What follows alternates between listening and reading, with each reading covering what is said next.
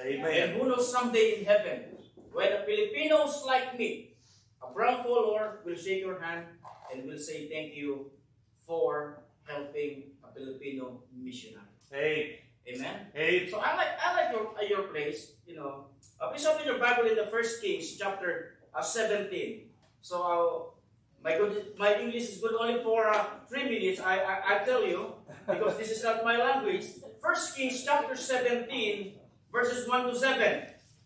You have brook there. I like it. You have a brook. Okay. Hey. First Kings chapter 17, verses 1 down to 7. Are you there? Let's Amen. stand. Thank you so much, preacher. I will read it to you. And Elijah the spy, who was on the inhabitants of Gilead, said unto Ahab, As the Lord God of Israel liveth, before whom I stand, there shall not be dew nor rain these years, but according to my word. And the word of the Lord came unto him, saying, Get thee hence and turn thee eastward, and hide thyself by the brook Cherith, that is before Jordan. And it shall be that thou shalt drink of the brook, and I have commanded the ravens to feed thee there. So he went and did according unto the word of the Lord, for he went and dwelt by the brook Cherith, that is before Jordan. And the ravens brought him bread and flesh in the morning, and bread and flesh in the evening, and he drank of the brook. And it came to pass after a while that the brook dried up, because there had been no rain in the land. And I want to title our lessons for tonight, Lessons in Brook Cherith that we need to learn. Amen? Amen. Lessons in Brook Cherith that we need to learn. Let's pray. Our gracious God and Heavenly Father, Lord, once again, we come humbly to your throne of grace tonight, O Lord. Oh Lord, I know that we have a language barrier, O Lord God. Maybe my English is just limited, O Lord, but Lord, I pray that you use me to be a channels of blessings tonight. Yes, God. Oh God, may you come down from heaven and fill our cup once again. Yes. Don't pass us by, Lord. Encourage your people once again. Yes, God. In this I pray in the most precious name of our Lord and Savior Jesus Christ. Amen. Amen. And amen. Okay. Thank you so much. So look at this. In the Bible, there is a place called a brook, Cherith. It was not a famous place. It was not a large place filled with people. It was not a place of comfort or a success or recognition. It's just a simple place. And this is exactly where God sent his prophet, Elijah. It's not a fancy place. And this moment in Elijah's life, look at this. He had just experienced a great spiritual victory. But what happens next? God wants him to go to the brook Cherith. Yep. You're right. He boldly stood before the wicked King Ahab and declared, so in 1 Kings chapter 17 verse 1, As the Lord God of Israel liveth, there shall not be dew nor rain these years, but according to my word. Look at this. Imagine the courage of this man of God. Right. But what is next? He stood before a powerful king without fear, and he publicly declared God judgment. But what happened next is surprising. And God did not send Elijah to a palace, and God did not send him to a bigger ministry. Right?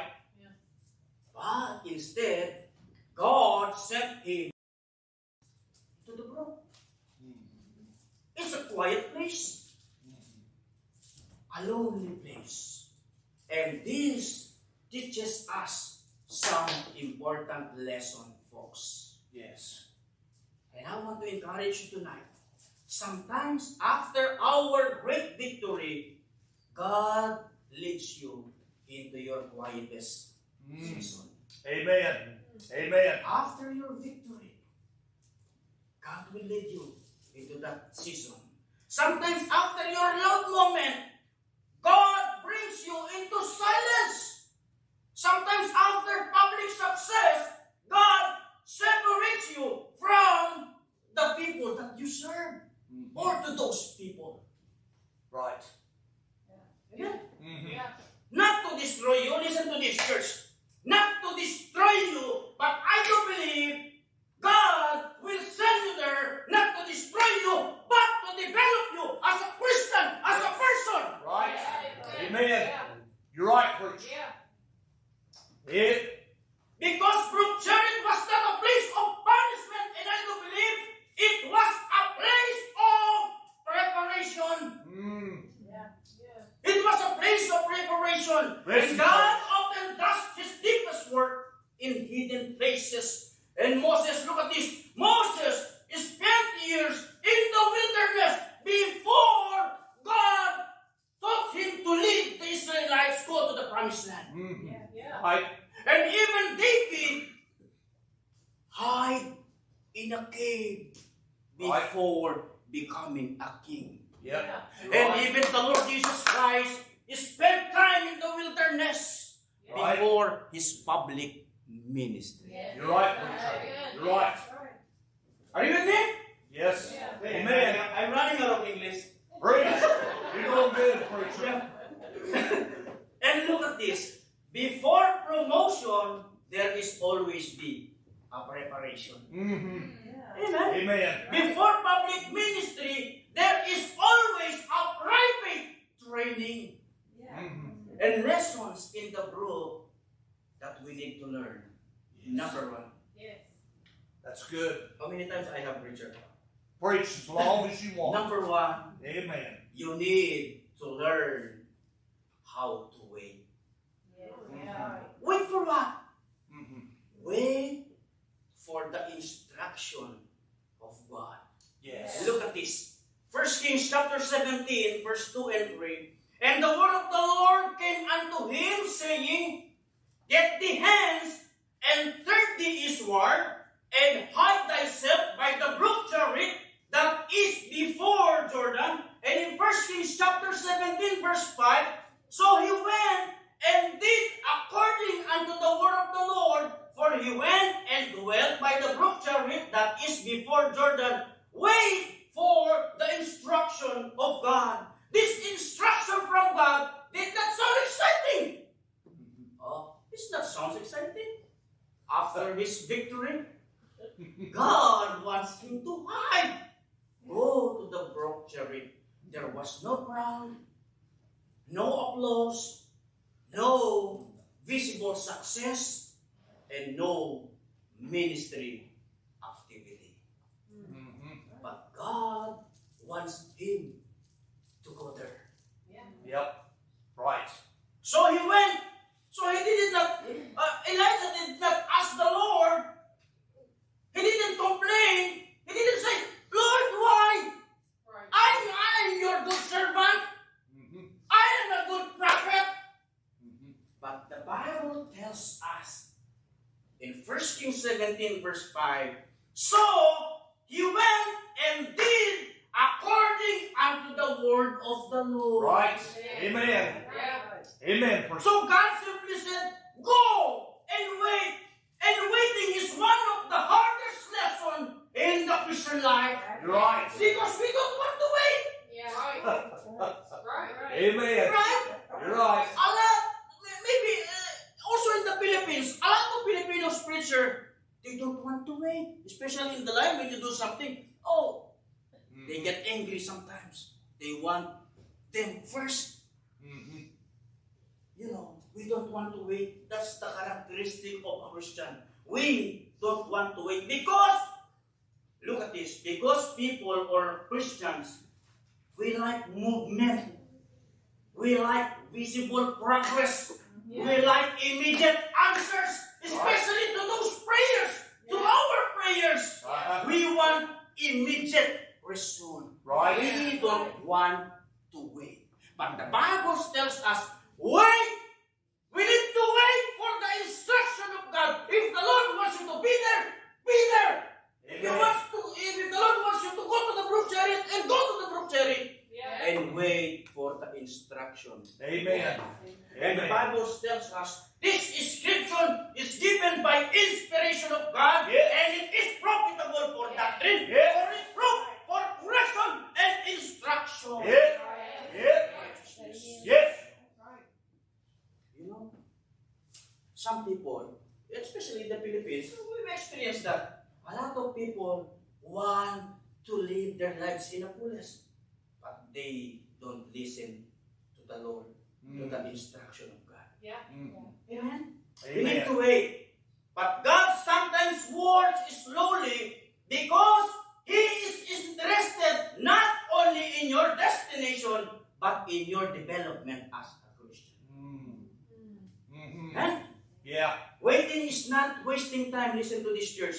Waiting is not wasting time when God is the one who told you to wait. That's right. Amen. Yeah. Sometimes we think nothing is happening. Sometimes we think that the Lord forget us. The Lord is not working in our lives. But heaven may be doing its greatest work in hidden seasons. Yeah. Amen. And Amen. God didn't say those who rest will renew their strength. Isaiah chapter 40 verse 31. But they that wait upon the Lord shall renew their strength, and they shall mount up with wings as eagles. Yes. And they shall run and not be weary. And they shall walk and not faint. Amen.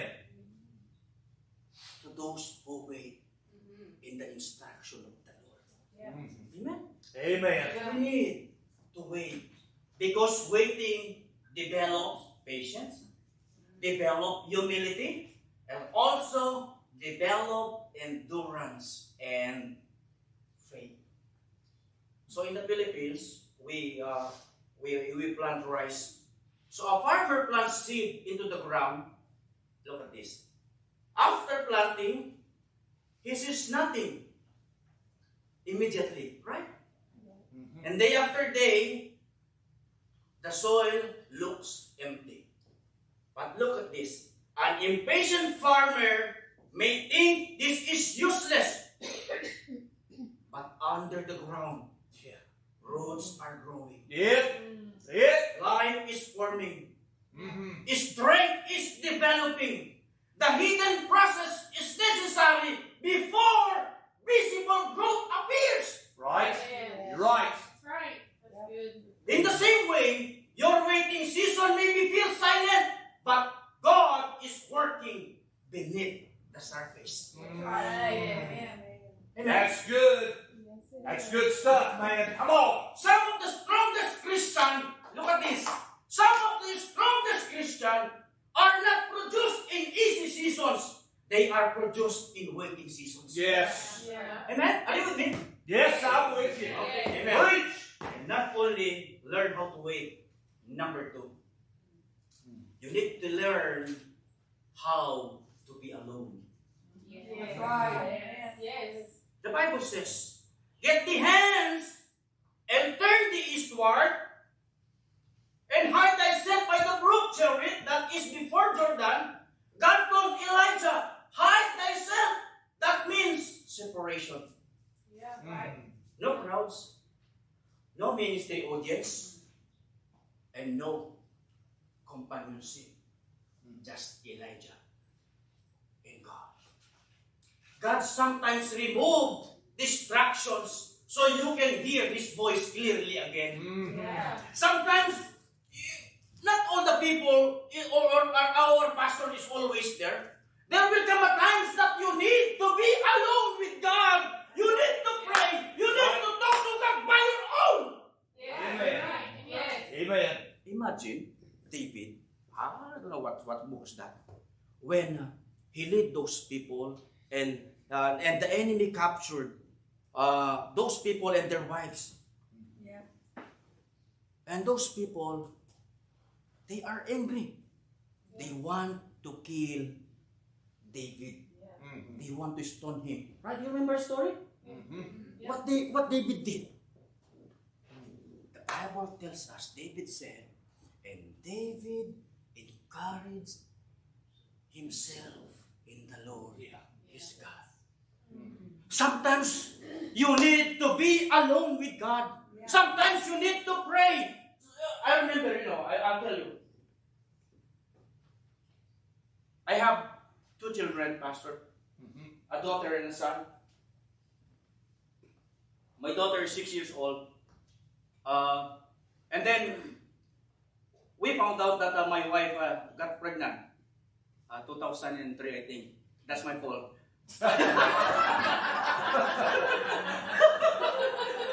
Okay. And then all of the members in the church said, "Oh, pastor, preacher, we will pray.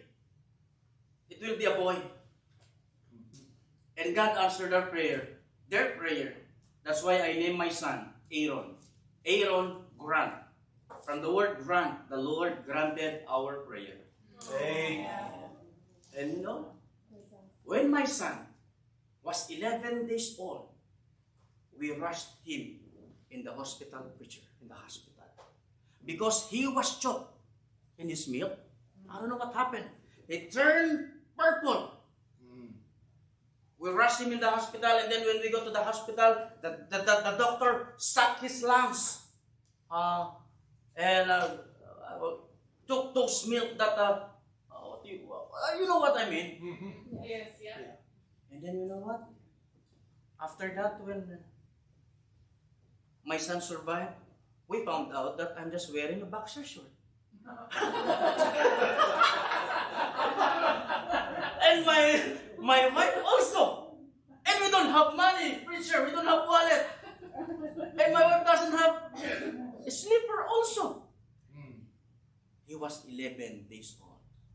And then, when he was 13 days old, we rushed him to the hospital again. Same problem. For 4 times. My son almost died. My son never experienced to lay by his own on the bed. We just carry him for 5 months. It's your duty to. I told my wife, it's your duty. My duty. My son never experienced to sleep by his own. And that's uncertain. And then we found out that his heart is so big. He has enlargement of the heart. And I saw my wife. Sometimes when I woke up in the middle of the night, I saw my wife crying. He was crying. And I carried my son. And I was crying to preacher. It's really hard. And I just prayed to the Lord. And that time, I learned how to be alone with my God. Yes. And God answered our prayer. Amen. Amen. I just came here a week ago. And when I left the Philippines, my son just had a surgery. Another issue. Excuse me for the term, preacher. I don't know what's the medical term of that. My son had cyst in his testicle, and he's getting big. It was Sunday. I was preaching. My wife sent the picture of my son. I was behind the pulpit. I was preaching. I'm crying. I cried. How I wish to finish that preaching. But God is good. Yes. Sometimes you need to learn how to be alone with our God. Amen. Yes. Amen? Yes. God sometimes remove distraction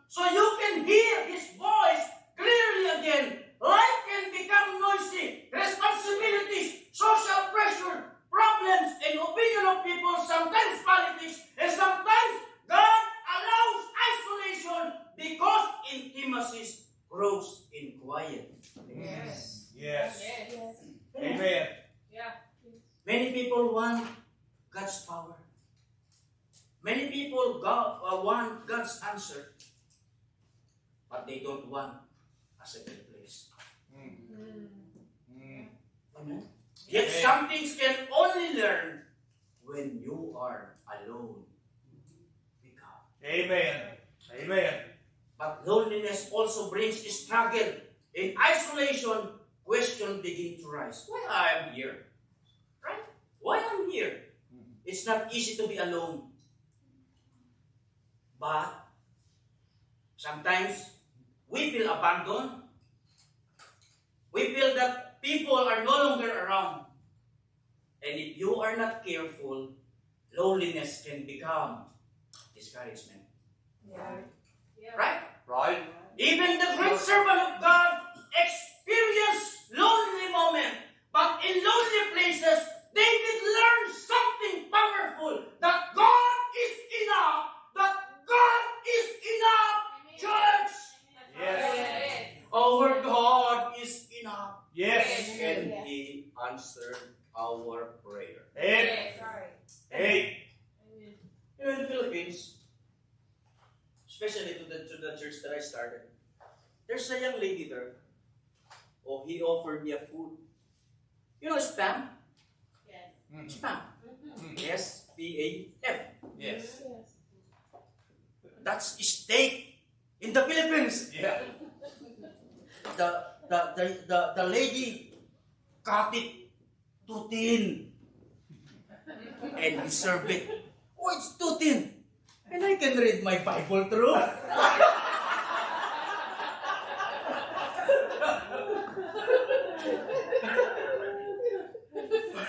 But God is enough.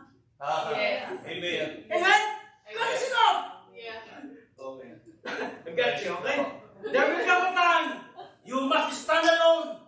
There will come a moments in life where nobody can carry you spiritually. Your pastor cannot always be there. Your friends cannot always help you. Your family cannot always understand Right. your burden. Right. And God allows those moments because He is teaching us spiritual maturity. Hey.